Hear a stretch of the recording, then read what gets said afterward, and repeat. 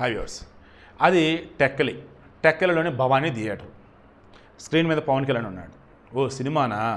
Cinema కాదు, ప్రజలతో మాటామంతి, ప్రజల వద్దకే పరిపాలన చెప్పేసి గతంలో చంద్రబాబు నాయుడు చేశాడు కదా, లైక్ ఇప్పుడు అటువంటిదే అనుకోండి. పంచాయతీరాజ్ శాఖ మంత్రి కదా పవన్ కళ్యాణ్. సో ప్రజలందరితో మమేకం అవ్వాలా. ఆయన ఎక్కడో ఉన్నాడు, ఈడకి రాలేడు, అందుకని టెలికాన్ఫరెన్స్. మరి జనానికి బాగా కనపడాలి కదా, జనాలు కూడా ఆయనతో ఇంటరాక్ట్ అవ్వాలి కదా అన్నప్పుడు థియేటర్లు ఎంచుకున్నారు. సీరియస్లీ పవన్ కళ్యాణ్ అండ్ చంద్రబాబు నాయుడు వీరి డెడికేషన్ చూస్తుంటే ఐఎమ్ షూర్ జీవితంలో ఇక జగన్ ముఖ్యమంత్రి కాలేడు. ఐఎమ్ షూర్ వైసీపీ వచ్చే ఎన్నికలలో 11 సీట్లు ఉన్నాయి కదా, అందులో సింగిల్ డిజిట్ పడిపోయింది అనిపిస్తుంది.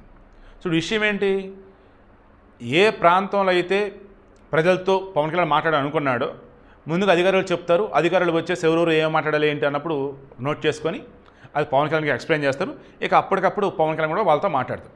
జనసేన పార్టీ ఆఫీస్ ఉంది మంగళగిరిలో, అక్కడి నుంచి వీళ్ళందరితో టెలికాన్ఫరెన్స్లో మాట్లాడుతున్నారు. సో ఏపీలో ఎప్పటికప్పుడు వినూత్న కార్యక్రమాలతో అటు చంద్రబాబు నాయుడు ఇటు పవన్ కళ్యాణ్ ముందుకెళ్తుంటాం నాకు చాలా చాలా సంతోషంగా ఉంది. సో మీ సమస్యలు కూడా ఏవైనా సరే ఆ సమస్యలని పవన్ కళ్యాణ్ మీ దృష్టికి తీసుకెళ్లాలంటే ఈ కార్యక్రమాన్ని యూటిలైజ్ చేసుకోండి. మీకు నియర్ బై ఉన్నటువంటి థియేటర్లో ఈ కార్యక్రమాలు అనేది ఉంటాయంట, సినిమా థియేటర్లో. సో మీకు ఆల్రెడీ రూల్ అనౌన్స్మెంట్ ఉంటుంది. పంచాయతీలు కావచ్చు, సర్పంచ్లుగా మీ ఊరు సర్పంచ్ కాకపోయినా వార్డ్ సచివాలయం, గ్రామ సచివాలయం ఉన్నాయి కదా, ఆ సచివాలయం దగ్గరికి మీరు అడిగితే పవన్ కళ్యాణ్ గారు ఇలా మాట్లాడుతున్నారంట కదా టెలికాన్ఫరెన్స్తో, మన ఊరికి ఎప్పుడు ఏంటని మీరు అడిగితే వాళ్ళు క్లారిటీ ఇస్తారు. అప్పుడు దాన్ని బట్టి మీ సమస్య ఏదైనా సరే ఆయనకి చెప్పండి. నాకు బాగా గుర్తు కారుణ్య నియామకాలు ఏవైతే ఉన్నాయో, కారుణ్య నియామకాలకు సంబంధించి ఏపీలో అయితే ఇంకా ఇచ్చినట్లేరు. పాపం దానికోసం చాలామంది ఎదురు చూస్తూ ఉన్నారు.